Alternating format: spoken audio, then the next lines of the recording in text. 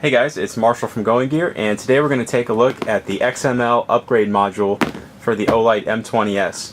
The M20 Warrior is going to be pretty much the same procedure and same performance, so we're not going to go over that one, but I am going to show you how to install the module in the M20S. Alright, so we're going to open up the light, pull it out. If you want to see in-depth stuff for the M20S, just check out that other video. This one is more about the module. So the module comes in its own little plastic case. There's the module itself. And you have the instructions in there.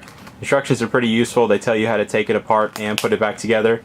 So I definitely recommend taking a look at those in addition to the video. So the first thing that you're going to need to do when you do this is go ahead and take the head off. You don't actually have to take the head off. I just find that it makes it a little bit easier to work with. And then you're going to want to unscrew this top part of the head right here. So just grab it like that, and this top part will unscrew the bezel and the lens basically. And then you have the reflector in here.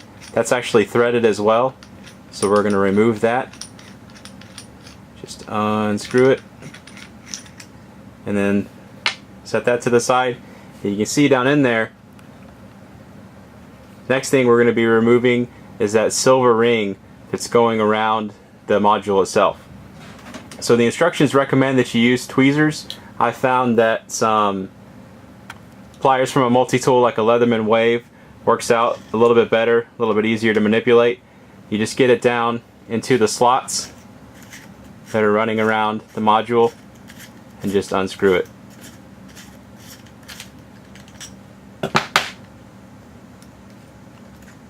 The last little bit, I find it's a little bit easier to do by hand. That way when it's all the way unscrewed, you can just pop it out. So there you go. You've got the old module, that's the XPG module. Keep the retaining ring, we're still going to need that. And then we have the new module. So, if I can keep my camera from falling over, I seem to do that a lot. Alright, so unscrew the reflector, take this little protective cover off the front. Keep the reflector to the side. Make sure that you keep them separate because they are different. You can see there's a bigger hole on the XML reflector than there is for the XPG reflector. So we've got the module. This is the XML module. We're just going to drop that down in there. Got to get it past the threads. There we go.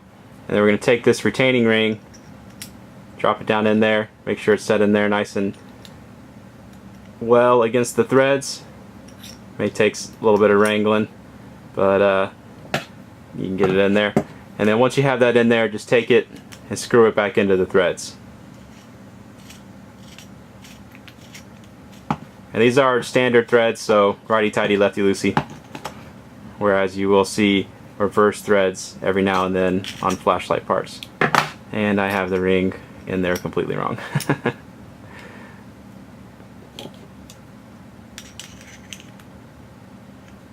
Alright, I won't make you guys watch this. I'm going to go ahead and get this screwed in and we'll come back. Alright, that was a lot easier to do holding it in my lap than 2 feet in front of me. So we have the retaining ring screwed back in there, so you need to take the XML reflector and attach it back to the module. So you screw it on, get it on there nice and tight, and then take the top piece and just put it back on the light. You see, it's really not bad. All you really need is a tool that most of you probably have, a Leatherman, tweezers, something similar, and you can get the XML into the M20S, which has been one of our most popular lights for a long time.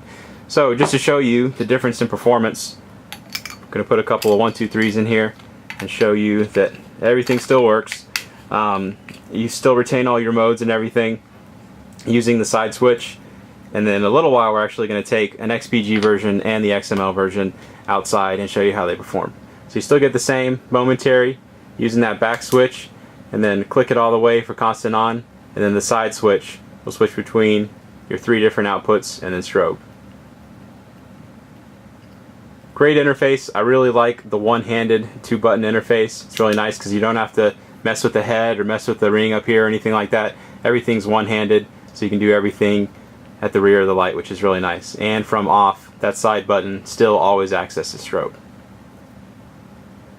Alright, so that's how to install it. That's the same interface and everything. Let's go ahead and take this outside, and we'll take an XPG version as well, and we'll show you how they differ in performance.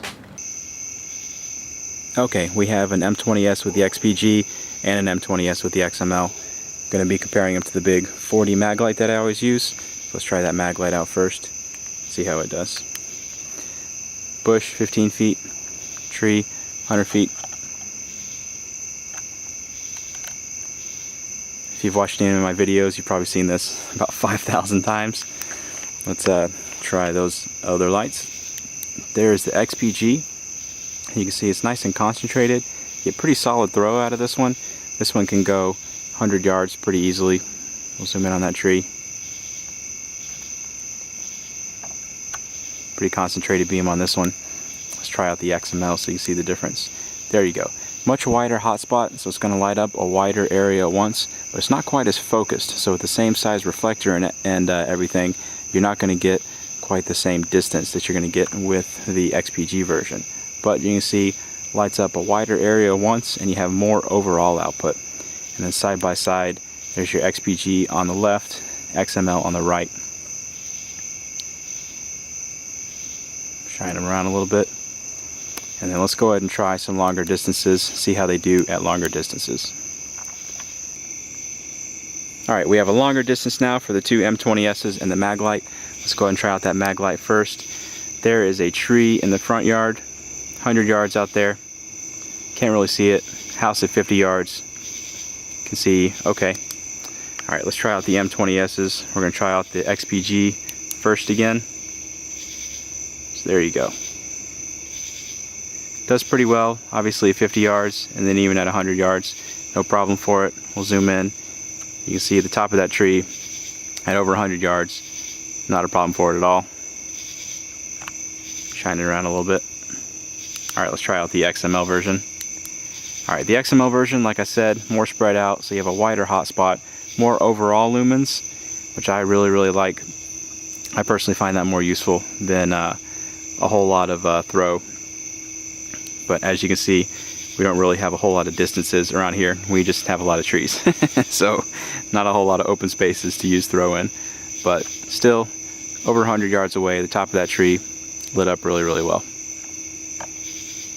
Lots of spill on this one. Nice wide hotspot. So here's going to be the XML on the left, XPG on the right. We'll shine them around so you can see how they do, passing over the different distances and colors and stuff. Gives you a good idea of how much more concentrated the XPG version is. So there you go. Those are the Olight M20Ss, one with the stock XPG module in there, and then one with the XML upgrade. If you like either light or the modules, you can get them from us at goinggear.com. If you like the video, be sure to subscribe. We do a lot of flashlight videos, and if you have any questions or comments, you can reach us in the comments or at goinggear.com.